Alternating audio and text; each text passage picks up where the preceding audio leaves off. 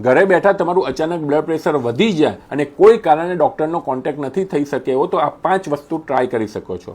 First of all, તમારી જાતને isolate કરી દેવાની છે. એક શાંત રૂમમાં બેસી જવાનું છે. ડીપ બ્રિધિંગ કરવાનું છે કે જેનાથી તમારા સ્ટ્રેસ હોર્મોન ઓછા થશે અને બીપી ઓછું થઈ શકતું હોય છે. બીજી વસ્તુ, જ્યારે બી તમે બેસો ત્યારે રિક્લાઇનિંગ કરીને બેસવાનું છે. 3 થી 4 પિલોનો સપોર્ટ લેવાનો છે. એના લીધે એન્ટી ગ્રેવિટીના કારણે તમારું બ્લડ પ્રેશર ઓછું થઈ શકતું હોય છે. ત્રીજી વસ્તુ, જ્યારે બી આવું કંઈ થાય ત્યારે તમારા માથા ઉપર ઠંડા પાણીના પોતા મૂકી શકો છો, જે તમારું બ્લડ પ્રેશર ઓછું કરવામાં ફાયદો કરી શકતું હોય છે.